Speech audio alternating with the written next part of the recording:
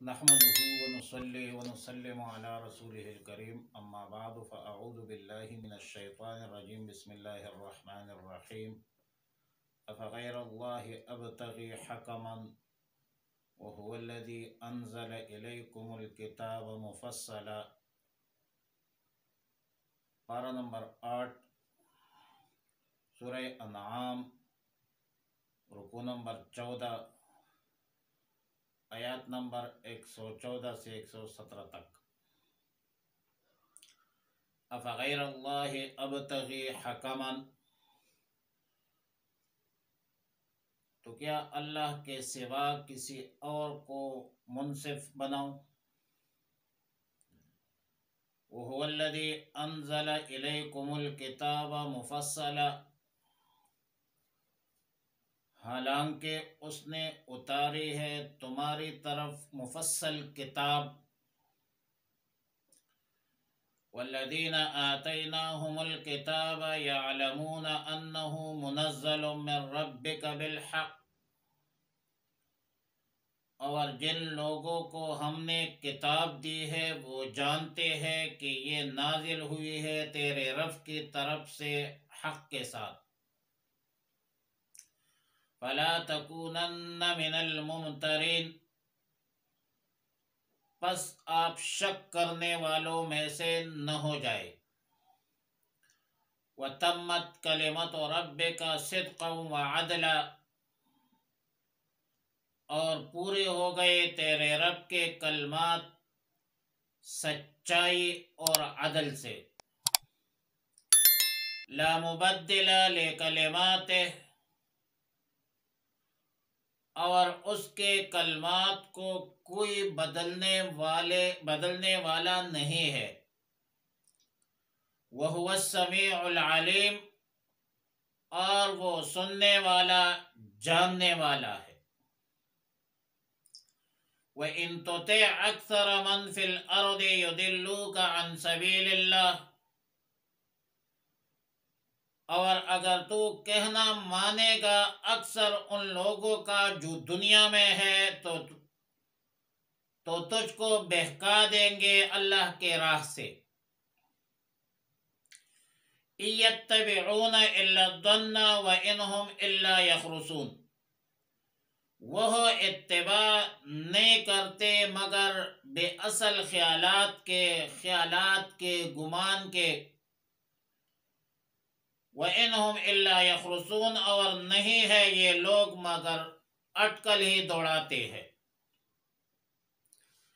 إِنَّ رَبَّكَ هُوَ أَعْلَمُ مَن يَضِلُّ عَن سَبِيلِهِ، بے شک تیرا رب خوب جاننے والا ہے اس کو جو بہکتا ہے اس کے راہ سے۔ وَهُوَ أَعْلَمُ بِالْمُهْتَدِينَ، اور وہ خوب جانتے ہیں ہدایت پر چلنے والوں کو۔ گزشتہ آیتوں میں مشرکین کے ہٹ درمی کا ذکر تھا کہ رسول اللہ صلی اللہ علیہ وسلم اور کتاب اللہ پر واضح دلائل کے باوجود فرمائشی مطالبات کرتے تھے۔ اب آیات مذکورہ میں آیات نمبر 114 میں ارشاد فرمایا کہ میرے اور تمہارے درمیان جو مقدمہ رسالت و نبوت میں ہے اور اس میں جو اختلاف ہے، میں اس کا مدعی ہوں رسالت کا، اور مشرکین تم اس کے منکر ہو، اور یہ مقدمہ میں احکم الحاکمین کے عدالتی فیصلہ جو روز روشن کی طرح آیا ہے، کیا میں اللہ کے فیصلے کو چھوڑ دوں، اللہ کو منصف کے بجائے تمہیں منصف بنا دوں؟ کتاب اللہ قرآن کریم رسول اللہ صلی اللہ علیہ وسلم دونوں برحق ہے اور یہ اللہ کا فیصلہ ہے۔ اب اللہ کے بغیر کسی غیر کے کسی حاکم منصف تلاش کرنا یہ نہیں ہو سکتا۔ افغیر اللہ ابتغی حکما، کیا تم یہ چاہتے ہو کہ میں اللہ کے بغیر کسی غیر کو فیصلہ کرنے والا تلاش کروں؟ یہ نہیں ہو سکتا۔ یہ قرآن اللہ کا کتاب ہے، اور ایسی کتاب ہے جس کے بارے میں فرمایا وَهُوَ الَّذِي أَنزَلَ إِلَيْكُمُ الْكِتَابَ مُفَصَّلًا۔ اس کی صفات یہ ہے کہ قرآن کریم هُوَ الَّذِي أَنزَلَ إِلَيْكُمُ الْكِتَابَ مُفَصَّلًا، قرآن کریم کی پہلی صفت یہ ہے کہ یہ اللہ کی طرف سے نازل ہے۔ دوسری بات یہ ہے کہ یہ کامل و مکمل کتاب ہے۔ تیسری بات یہ ہے کہ یہ ایک دائمی معجزہ ہے، اور اس کے مقابلے سے پورے عالم انسانیت جنات سمیت عاجز ہے۔ ایک اور بات کہ یہ ایسی کتاب ہے جس میں تمام اصول اور مضامین واضح طور پر کھل کر بیان کی گئی ہے۔ پانچویں بات یہ ہے کہ اہل کتاب کو بھی یقین ہے کہ قرآن کریم اللہ کی طرف سے نازل کردہ کتاب ہے، اور اہل کتاب کو یہ بھی یقین ہے کہ قرآن کریم سچائی حق گوئی پر مشتمل کتاب ہے، لیکن حسد، عناد، بغض کی بنیاد پر اس اپنے ایقان کا، یقین کا اظہار نہیں کرتے۔ اور پھر اللہ تعالیٰ نے رسول اللہ صلی اللہ علیہ وسلم کو خطاب کیا، اور تعلیم ہے امت کے لیے کہ فَلَا تَكُونَنَّ مِنَ الْمُمْتَرِينَ، یعنی ان واضح دلائل کے بعد آپ شک و شبہ کرنے والوں میں سے نہ ہو۔ اور ظاہر ہے کہ قرآن کریم تو رسول اللہ صلی اللہ علیہ وسلم پر نازل ہوا ہے۔ رسول اللہ صلی اللہ علیہ وسلم کو کبھی بھی کسی قرآن کریم کے حوالے سے، احکام الہی کے حوالے سے کسی قسم کا شک و شبہ نہیں ہوا ہے، اور نہ یہ شک شبہ ہو سکتا ہے۔ لیکن یہ تعلیم ہے امت کے لیے۔ وہ پشتو میں کہتے ہیں لورتا توایم ان گورتا واورا۔ آیات نمبر 115 میں فرمایا کہ وَتَمَّتْ كَلِمَةُ رَبِّكَ صِدْقًا وَعَدْلًا۔ لفظ تمت میں کامل ہونے کا بیان ہے، اور کلمات ربک سے مراد قرآن کریم ہے۔ قذافی بحر محیط عن قتادہ رحمہ اللہ قرآن کریم کی مزید دو صفات بیان کرتی، صدقا وعدلا۔ یاد رکھے کہ قرآن کریم کے مضامین دو قسم پر ہے۔ پہلے قسم وہ ہے جو تاریخ عالم کے عبرت آموز واقعات ہے، حالات ہے، وعد ہے، وعید ہے، اس کا بیان ہے۔ اور دوسری قسم مضامین میں عالم انسانیت کی فلاح اور صلاح کے حوالے سے احکامات ہے۔ صدق کا تعلق قسم اول سے ہے، مطلب یہ ہے کہ جو واقعات، حالات بیان کی ہے قرآن کریم نے، یا جو اعمال پر وعدہ ہے، اعمال سیئہ پر وعید ہے، یہ سب سچ ہے اور درست ہے۔ اور عدل کا تعلق قسم ثانی سے ہے، مطلب یہ ہے کہ جو احکامات نازل ہے وہ تمام احکامات، احکام الہی، وہ عدل پر مبنی ہے، انصاف پر مبنی ہے۔ اور ادھر عدل دو معنوں پر استعمال ہوتا ہے، قرآن میں یہ استعمال ہوتا ہے، دو معنیوں کے شامل ہے یا متناول ہے۔ نمبر ایک، عدل کا اطلاق انصاف پر ہوتا ہے، انصاف کو شامل ہے کہ احکام الہی میں سے کسی پر ظلم نہیں ہوتا، نہیں ہے، اور کسی کے حق تلفی بھی نہیں ہے، یہ انصاف ہے۔ دوسرا معنی ہے اعتدال۔ کہ قرآن کریم نہ بالکل نفسانی خواہشات کے تابع احکامات پر مبنی ہے اور نہ ایسے ہے کہ جو انسانی فطری ملکات، استعداد، صلاحیت اور قوت کے لیے ناقابل برداشت ہو، ایسا بھی نہیں ہے۔ مطلب کہ احکام الہی، اللہ کے احکامات عدل اور اعتدال پر مبنی ہے، صدق و عدل کا مطلب یہ۔ اور یاد رکھیں کہ تمام قرآنی احکام تمام اقوام عالم کے لیے اور قیامت تک آنے والے نسلوں کے لیے، بدلنے والے حالات کے لیے انصاف اور اعتدال کا ایک سیدھا سادہ راستہ ہے۔ یہ کسی ملک، کسی قوم، کسی قبیلہ، کسی خاص نسل کے لیے نہیں ہے، بلکہ تمام انسانوں سمیت جنات کے لیے بھی یہ ایک راستہ ہے، صراط مستقیم ہے، سیدھا سادہ راستہ ہے۔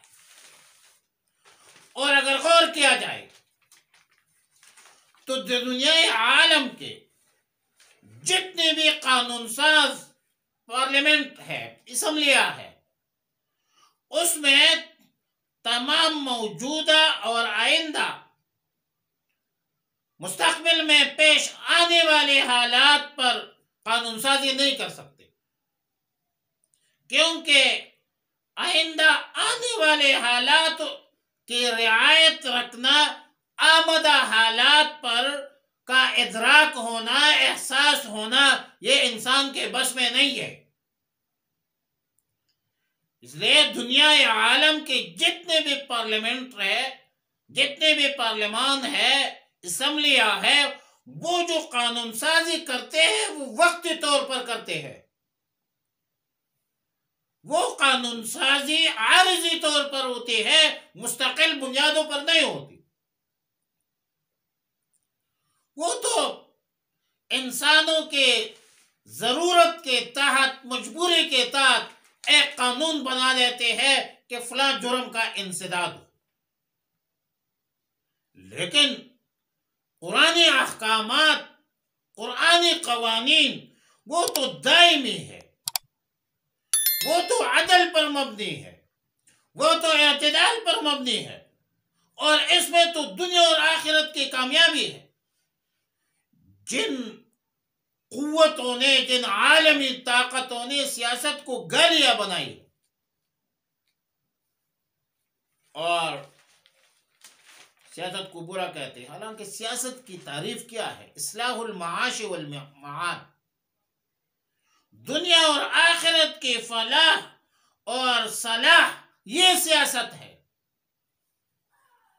قرآنی قوانین نافذ ہو تو دنیا میں بھی کامیابی ہے، آخرت میں بھی کامیابی ہے۔ قرآن وہ کتاب ہے جو درس انقلاب، لیکن قرآنی قوانین کے قانون سازی کے حوالے سے اس مخلوق کے پارلیمنٹ میں جب علماء کرام اپنا ایک جدوجہد جاری رکھتے ہیں تو پھر کہتے ہیں کہ مولوی سیاست کرتے ہیں، سیاست تو گندا ہے، تو گندا ہم نہ کرو نا۔ پھر سیاست کو گالیاں دیتے ہیں اسی لیے کہ یہ دیندار طبقہ پارلیمنٹ سے باہر ہو جائے اور یہ اپنی مرضی سے قانون سازی کرے، چاہے شراب کو حلال کرے، چاہے قادیانیوں کو مسلم قرار دے۔ ہم کوئی بچے نہیں ہے، یہ سیاسی میدان ہمارا میدان ہے، اس میدان کو ہم اس فاسقین فاجرین کے لیے نہیں چھوڑ سکتے۔ قانون سازی اس ملک کے دستور کے مطابق قرآن و سنت کے موافق ہوگی۔ اب قرآن و سنت تو علماء جانتے ہیں، عام آدمی کیا جانتا ہے؟ اور علماء کو کہتے ہیں کہ تم سیاست سے دور رہو، سیاست تو گالیاں، لا مبدل لکلمات ہے۔ یہ قرآن کی صفت ہے. اللہ کے کلمات کو کوئی تبدیل نہیں کر سکتا، اس میں غلطی کی گنجائش نہیں ہے، اور نہ کوئی بڑے سے بڑا دشمن اس میں تحریف اور ترمیم کر سکتا ہے، کیونکہ قرآن کریم کے حفاظت کا ذمہ اللہ نے اٹھایا ہے. اِنَّا نَحْنُ نَزَّلْنَا الذِّكْرَ وَإِنَّا لَهُ لَحَافِظُونَ. اللہ تعالیٰ نے فرمایا کہ ہم نے اس قرآن کو نازل کیا ہے اور ہم ہی اسی کے محافظ ہیں. اور ایک صورت نسخ کی بھی ہے، اس لیے عبداللہ ابن عباس رضی اللہ تعالیٰ عنہما نے فرمایا کہ اس آیت میں اشارہ ہے کہ رسول اللہ صلی اللہ علیہ وسلم آخر پیغمبر ہے، قرآن آخر کتاب ہے، اس کے بعد نسخ کا احتمال ختم ہو گیا. اور آخر میں فرمایا کہ وہ السمیع العلیم. اللہ ہمارے تمام گفتگو کو سنتے ہیں، سب حالات سے واقف ہے، سب اسرار اور رموز سے خوب واقف ہے. اور پھر آیت نمبر 16 میں فرمایا کہ وَإِن تُطِعْ أَكْثَرَ مَنْ فِي الْأَرْضِ. اس میں رسول اللہ صلی اللہ علیہ وسلم کو اطلاع ہے کہ زمین پر بسنے والے بنی آدم کی اکثریت گمراہی پر ہے، لیکن آپ ان سے مرعوب نہ ہو،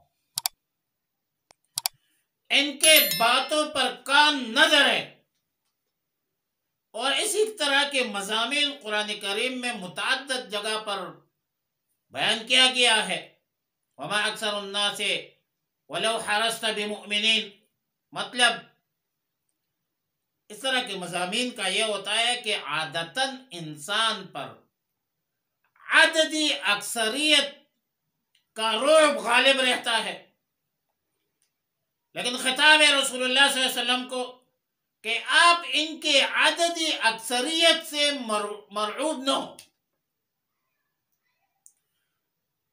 عددی اکثریت سے کسی کے عقائد اور نظریات سے متاثر ہونا یہ اسلامی تعلیمات نہیں ہے. حق، سچ، عدل اور اعتدال کا راستہ وہی ہے جو اللہ کے احکامات اور رسول اللہ صلی اللہ علیہ وسلم کی تعلیمات میں. لہذا اکثریت حقانیت کی دلیل نہیں ہے.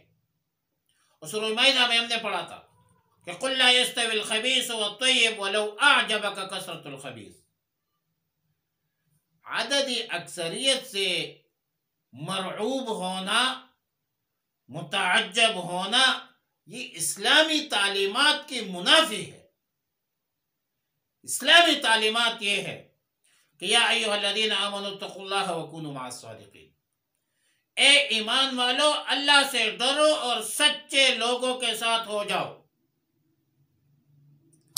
اور اس فتنوں کے دور میں علماء کرام کی جماعت جو ہے وہ سچے لوگوں کی جماعت ہے. انبیاء علیہ السلام کے وارث ہے. العلماء ورثۃ الانبیاء انما یخشی اللہ من عبادہ العلماء. جمعیت علماء اسلام علماء کی جماعت ہے. وفاق المدارس، ختم نبوت، تبلیغی جماعت، یہ صلحاء اولیاء کی جماعت ہے. ہمارا حشر اللہ ان سے کروا دے، ان کے ساتھ ہم حشر، ان کے ساتھ محبت رکھے تاکہ آپ کا حشر ان صلحاء علماء اولیاء مفسرین محدثین کے ساتھ. اور آیت نمبر 117 میں فرمائے ان ربک هو اعلم من یضل عن سبیلہ. بلا شبہ تیرا رب اچھی طرح جانتا ہے ان لوگوں کو جو اللہ کے راستے سے بھٹک گئے ہیں، جو گمراہی کے راستے پر گامزن ہے، اور ان لوگوں کو بھی بالیقین جانتے ہیں. آپ کا رب خوب جانتا ہے جو اللہ کے راستے پر چلتے ہیں. لہذا دنیا میں دو قسم کے لوگ ہو گئے. ایک وہ ہے گمراہی کے راستے پر گامزن لوگ، لہذا گمراہوں کی گمراہی سے گریز کرے، ان گمراہوں کی صحبت اور محفل سے گریز اور پرہیز کرے، ورنہ آخرت میں عذاب کا مستحق بن جاؤ گی۔ اور کچھ لوگ ایسے ہیں جو اللہ کے راستے پر چلتے ہیں، ان کی صحبت اختیار کیجئے، ان کی معیت اختیار کیجئے، جو قیامت کے دن ثواب کے مستحق ہے۔ اللہ تعالی ہمیں سیدھے راستے پر چلنے کی توفیق رفیق فرمائے۔